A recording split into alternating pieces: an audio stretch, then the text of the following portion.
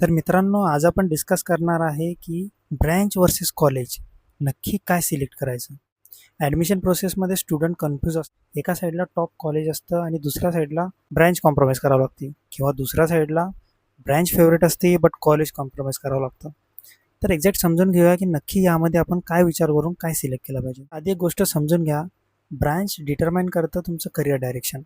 जर तुम्हाला software engineer, data science, AI engineer, cyber सिक्युरिटीमध्ये जर जायचं असेल तर CSIT ब्रँच ही खूप हेल्पफुल करते. जर तुम्ही मेकॅनिकल ब्रँच घेतली आणि नंतर विचार केला की सॉफ्टवेअर ब्रँचमध्ये यायचं आहे, तर असं नाही की ते इम्पॉसिबल आहे, पण त्यासाठी तुम्हाला थोडेसे एक्स्ट्रा एफर्ट्स घ्यावे लागतात, म्हणजे लाईक काही शिकावं लागेल किंवा कोर्सेस करावं लागतील.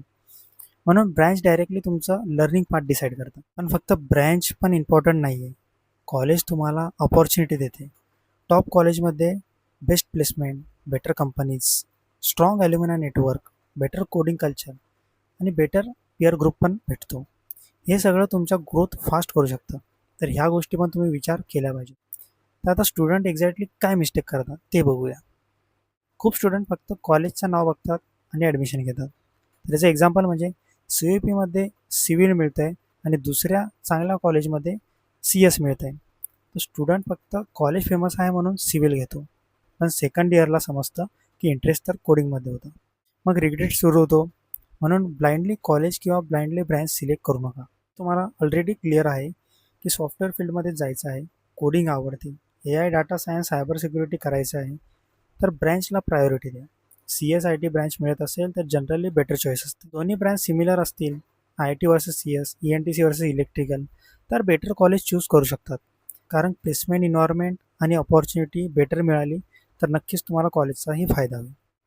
तर एकच रूल लक्षात ठेवा सिम्पलमध्ये, top college plus unwanted branch जर भेटत असेल तर त्यासोबत जाऊ नका. हां, डिसेंट कॉलेज आणि डिझायर ब्रँच जर भेटत असेल तर नक्की विचार करा. हे बहुतेक स्टुडंटसाठी बेटर ऑप्शन असतात. समजा आता तुम्हाला ऑप्शन आहे, कॉलेज Aमध्ये तुम्हाला टॉप कॉलेज भेटतं आहे आणि मेकॅनिकल ब्रँच भेटते, आणि कॉलेज Bमध्ये तुम्हाला चांगलं कॉलेज भेटतं आहे बट कम्प्युटर इंजिनिअरिंग भेटते आहे, आणि तुमचं एम आहे सॉफ्टवेअर इंजिनियर बनायचं. तर मेजॉरिटी केसेसमध्ये कॉलेज B चूज करणारे जे स्टुडंट असतात ते जनरली स्मार्टर असतात. कारण की त्यांचं आधी माइंडमध्ये फिक्स्ड आहे की त्यांना जर सॉफ्टवेअर इंजिनियर बनायचं तर त्यांना कम्प्युटर इंजिनिअरिंग करूनच बेटर ऑप्शन्स भेटतील, ना की चांगल्या कॉलेजमधनं मेकॅनिकल इंजिनिअरिंग करून. तर सगळ्यात मेन कन्क्लुजन इथे हेच आहे की तुमचा कोर इंटरेस्ट काय आहे त्यानुसार तुम्ही ब्रँच चूज करा. आणि जर ह्यामध्ये तुम्ही कन्फ्यूज असाल की इलेक्ट्रिकल किंवा ENTC किंवा CSIT, तर अशा टाईपच्या ब्रँच असतील की ज्या दोन्हींचे थोडेसे सिमिलॅरिटीज असतात, तर तिथे तुम्ही नक्कीच कॉलेजचा विचार करा.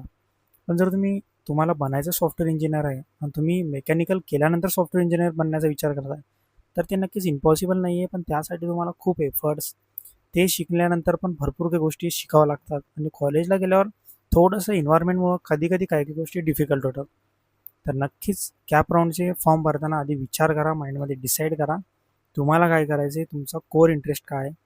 कोणाला चांगलं पॅकेज लागलं किंवा कोणाला कोणी काही चांगला गायडन्स दिला तर फक्त ब्लाइंडली ट्रस्ट करू नका. आधी तुमचा कोर इंटरेस्ट बघा. कोर इंटरेस्ट असेल तर नक्की त्यासाठीचं. आणि असेच अपकमिंग व्हिडिओजसाठी सबस्क्राईब जरूर.